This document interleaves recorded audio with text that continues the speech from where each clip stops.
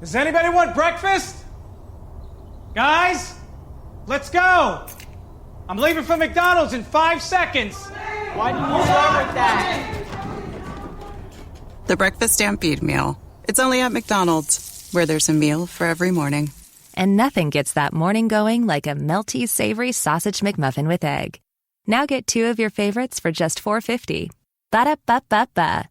Price and participation may vary. Single item at regular price. Slack is a new way to communicate with your team. Messaging that's faster, better organized, and more secure.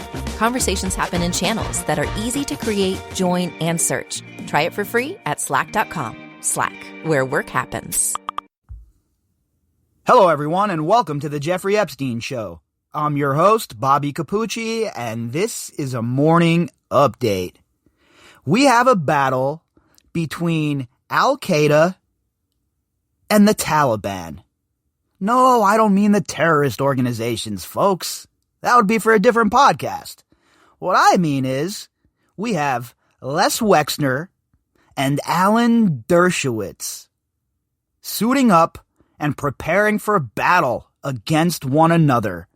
And since the beginning of this, I have said here on this podcast, and most assuredly in the backyard talking to my friends and my family, that these people will eventually turn on each other, because there is no honor amongst thieves, and certainly no honor amongst human traffickers. So we're seeing it begin. We're seeing the very beginning stages of these people turning on each other. And it will not be long before the turning on each other becomes the ratting on each other. Because it's all about self-preservation. These people only care about themselves. They are narcissistic, they are full of hubris, and their egos are so large that nobody else matters to them. And if you think somebody like Alan Dershowitz is going to go down alone for something like this, or go down without bringing others down with him, then you have not been paying attention to the plot. Alan Dershowitz, Ghislaine Maxwell, Jean-Luc Brunel, and the rest of them are all about self-preservation. And it will not be long before there are other arrests, and once those people are in custody, I'm looking at you, the Core 4, the ratting will begin at an epic pace. If we have the sort of agents that we send in against the mafia, or against El Chapo, or against insert criminal here, and they're able to get them to roll over on their friends, they're able to get them to plea down and rat on other members of their other associates in their criminal families. Do you really think that these pampered ass, baloney smelling members of so-called polite society are going to be able to withstand the pressure brought upon them? Absolutely not. And we're seeing it already without arrests being made. We're seeing them throw each other under the bus. We're seeing Dershowitz attack Les Wexner. And folks, from where I'm sitting, it is like the Taliban having a fight with Al-Qaeda. Oh, I'm not rooting for either side. I just want ultimate carnage to occur to both parties. And that's what I hope happens here. I hope they both come out of this looking and smelling like shit. Because at the end of the day, both of these men have been credibly accused and fingered by Virginia Roberts as partaking in the abuse. Not just enabling, not just being the well-intentioned lawyer who is upholding the Constitution. No. Partaking in the abuse. The both of them. So watching them have this fight, watching them have this little quarrel between each other, I am taking great joy in it, folks. And our article today happens to have that as its topic. Our article today is from Law and Crime. The headline: Jeffrey Epstein's former client accused Alan Dershowitz of staging collateral attack on accuser's credibility. The author of this article, Colin Kalmbacher. So what they're saying here is the Wexner team is saying that Dershowitz is staging another attack on Virginia Roberts, and he's trying to use Wexner as a proxy. That's basically what his law team is saying here in that headline. And boy, that's explosive stuff. That is super explosive stuff. And it's going to come back and it's going to bite Alan, I kept my underpants on, Dershowitz, right in his tighty-whitey covered ass. Former Victoria's Secret CEO Leslie Wexner is apparently not interested in helping Alan Dershowitz in the latter's ongoing defamation lawsuit against Virginia Roberts. Yeah, why would he? Why would Wexner want any more light brought into this? Why would Wexner want his name involved in this any more than it has to be? Because his time's coming, folks. His time to be in the spotlight is most assuredly coming. If you think that he's wiggling off of this hook, you're wrong. On Monday, Senior U.S. District Judge Loretta Preska ordered the unsealing of several documents related to the Jeffrey Epstein affair. Those documents are part of Dershowitz's still ongoing case against Roberts, which is a separate legal matter from the long-settled defamation case filed by Roberts against alleged Epstein accomplice, co-conspirator, fellow child abuser, general all-around scumbag, Ghislaine Maxwell. And you see the progression of Alan Dershowitz's slide into being unhinged as these documents are being unsealed, or the judge is giving the okay to unseal them. Dirty Dersh is becoming more and more off the handle. His posts are crazy. His Doc Brown hair is crazy. He's not making any sense. He's not being logical. And he continues to attempt to demean the survivors, which is the worst strategy of all time. Look, I've said it numerous times. If I was accused of these crimes, I would vigorously defend myself. I would leave no stone unturned. The first step would be, I would go willingly to the FBI and sit down under oath and have a conversation with them about what I know. I most certainly would not attack the survivors the way he has. That is not a winning strategy, and you would expect better from such a high-profile attorney, a high-profile Harvard graduate. You would think that he would have enough sense to use the proper method of defense here. But he hasn't, and you can tell that he understands the stakes, and that is why he is going for scorched earth. But we see you, Mr. Dershowitz. We understand what you're doing. And we all know that you do not have the high ground here. You do not have the defense, the kind of position that can be defended. So you lash out. You attempt to move the goalposts. And you attempt to bring Wexner in to try and take a little bit of the load from your shoulders. Well, don't worry, Mr. Dershowitz. Wexner's time is coming. But for now, you, my friend, are directly in the crosshairs. The two controversies, while legally several dockets apart, are closely related in terms of at least some of the underlying facts. Roberts sued Dershowitz for defamation in early 2019. Dershowitz countersued Roberts for defamation in late 2019. And again, this is the kind of thing that Alan Dershowitz does. You would think a guy that has attained the level of success that Dershowitz has would be comfortable going back to his house in Martha's Vineyard, playing his naked volleyball, being a voyeur, spying on some of his neighbors, and living whatever kind of life an old coot like him lives. But instead, he thinks that he is going to be able to control this narrative. He thinks that he's going to be able to shift the narrative to any place he wants it to be shifted, because that's exactly what has happened in the past. Well, you're not up against the legacy media anymore, Mr. Dershowitz. You're not up against people that you're friendly with anymore, Mr. Dershowitz. Now you must answer directly to the people of the United States and the people of the world, because citizen journalists are not going to let you off the hook. None of us are. So just get ready. Get ready for the battle of your life.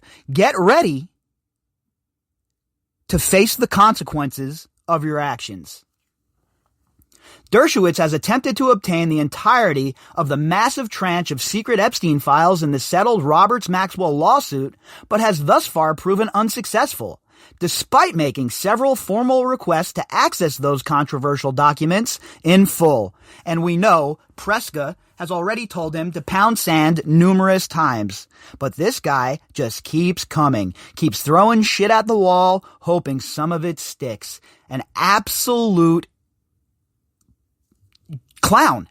This is the problem with people like Dershowitz. They're so used to everything going their way that if something goes off the rails and it doesn't land in their favor, then all of a sudden it becomes the scorched earth policy, and everybody's a dirtbag, everybody is a liar, everybody's a prostitute, when in reality, the real person with a problem, sir, is you.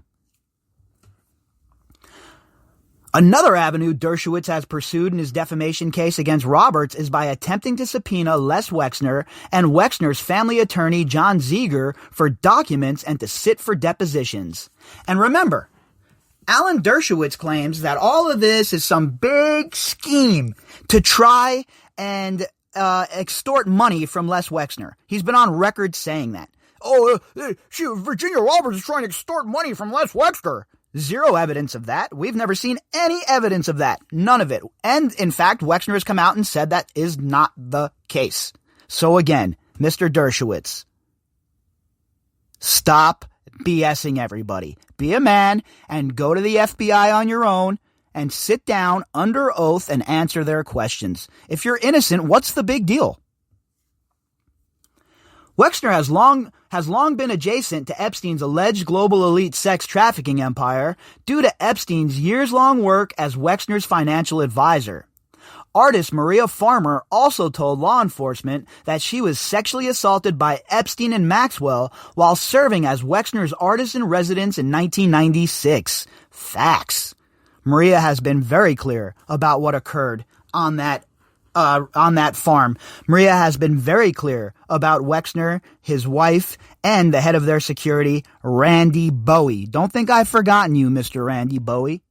Do not think I have forgotten you. You, my friend, most certainly are still in the conversation, and you will have your time as well. Nearly 2 years after Epstein was charged in Florida, Wexner officially cut ties with his one-time financial guru. Over a decade later, Wexner alleged that Epstein had misappropriated vast sums of money from him and his estate. Sorry, I don't buy it. That's a lie. Who waits years and years to report that $47 million has been embezzled or extorted or laundered? He didn't report it because he didn't want an investigation into his finances, obviously. We all know that Mr. Wexner was the bag man for Jeffrey Epstein, and we all know Jeffrey Epstein was up to his ears in money laundering. So, Mr. Wexner, don't think your time isn't coming, sir, because it most certainly is. Not only have you been directly implicated, but you most certainly were involved with the financial aspect of this criminal enterprise. Dershowitz seems to believe that Wexner can shed some favorable light on his extortion claims against Roberts. But a series of letters authored by Wexner's attorney, Marion H. Little, seem to foreclose against such a role. One letter addressed to Preska begins, "We are writing in response to defendant Dershowitz's correspondence of July 23, 2020. The discovery disputes generally fall into two categories. The first is the manner by which confidential documents and testimony should be produced. We submit discovery should be conducted subject to a protective order. The second relates to the scope of discovery and specifically whether defendant adopting the maxim falsus in uno falsus in omnibus should be permitted to impose an uneasy burden upon Mr. Wexner and many others for purposes of staging a collateral attack on the credibility of Miss Roberts with extrinsic evidence. We submit there is no basis for compelling Mr. Wexner's deposition. Wow. That's explosive, folks. That's basically saying, in layman's terms, you're a liar, Mr. Dershowitz, and Mr. Wexner has no information to provide you for you to try and harpoon Virginia Roberts with, okay? The Latin employed above translates to false in one thing, false in everything, and is another way of Wexner saying that Dershowitz's demands for testimony are premised on falsehoods. Specifically, Little is arguing that Dershowitz has brought an immaterial and incorrect theory about another defamation lawsuit filed against Dershowitz by famous attorney David Boies. Again, the letter at length. Dershowitz's counterclaim includes the contention that Miss Roberts defamed him as part of a scheme orchestrated by Mr. Boies to extort monies from wealthy men. And this is when Dershowitz concocted the idea that all of this was about extortion. This is all about a money grab from Virginia and the girls. Has nothing to do with the fact that they were abused. And the only way that anyone is ever going to be punished as far as Epstein's concerned is financially. So you try and demean them and cast them in a bad light because they're going after what is rightfully theirs. And I think that, my friend, is bullshit. All right? This isn't a case of he said, she said, let's try and grab some coin. This is a case of hundreds, if not thousands of girls being molested by Jeffrey Epstein and his friends. And every last dollar that all of those people have should be distributed to these girls, point blank, period. While many of these are discovery subjects that should be, in the first instance, explored with Miss Roberts and Mr. Boies, Mr. Zeger did have communications with Mr. Boies and can readily confirm that, get ready for this, folks, no extortion demand was ever made, no settlement was entered into, and not a penny or other consideration was ever paid. Okay, that's a lot to unpack. So, what he's saying is, there has never ever been any extortion demand by Virginia to Les Wexner or in regards to Les Wexner. None. Never happened. Again, another Dershowitz lie. So Alan Dershowitz, where's all this evidence you always talk about, Mr. I kept my tighty-whitey underpants on? You just go around and you fire bombs at people, you talk shit about people, you threaten to sue people, when in reality, your story is falling apart as fast as some generic-ass wannabe shoes that were made in China, okay? Just the opposite is true for Mr. Wexner, however. He had no involvement and thus lacks any personal knowledge relating to defendant's so-called extortion claim. Mr. Boies, who is in the midst of litigation with Dershowitz, can readily confirm Mr. Wexner's lack of involvement without burdening non-party. So, again, Dershowitz is proven to be a liar here. And it's just fact, right? He says that Wexner was extorted by Virginia. Wexner himself and his lawyer says that's not the case. Now, if Wexner was being extorted by Boies, if Wexner was being extorted by Virginia Roberts, don't you think that he would use that as a defense, folks? Don't you think he'd come out both guns blazing? But he hasn't. And that's because Mr. I kept my underpants Dershowitz is living in a fantasy land. In other words, Wexner is saying that neither he nor his family attorney have any idea what douchey Dershowitz is talking about. Another letter from Little to Dershowitz's attorney, Howard Cooper, is especially dismissive of Dershowitz's requests. At the outset, we note that your email appears to be an effort to review both the context and content of our discussions, the letter says. We assume that your client is driving this new position, but we are obviously obligated to respond directly through you.